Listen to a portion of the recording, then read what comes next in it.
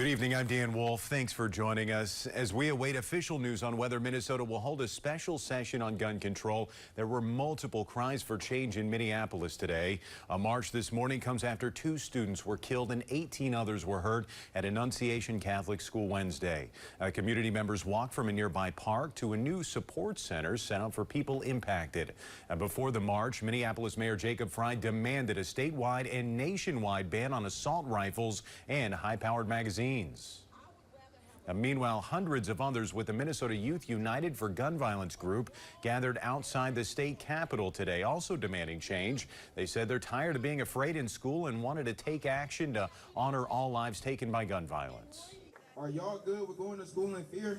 No! Are y'all good with lockdown instead of learning?